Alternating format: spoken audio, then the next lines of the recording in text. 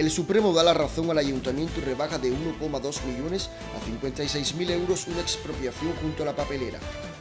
Burriana marca un nuevo récord en la ruta de la tapa con cerca de 40.000 raciones y 100.000 euros de impacto directo. La policía local incrementa los controles de alcoholemia y drogas al volante. El Consell Social de la ciudad celebra su segunda y última sesión del presente mandato municipal. El Centre Belles Arts Martí de Viciana homenajea a sus alumnos más veteranos. La Merced acoge hasta finales de julio la exposición de trabajos del ciclo formativo de Artista Fallero.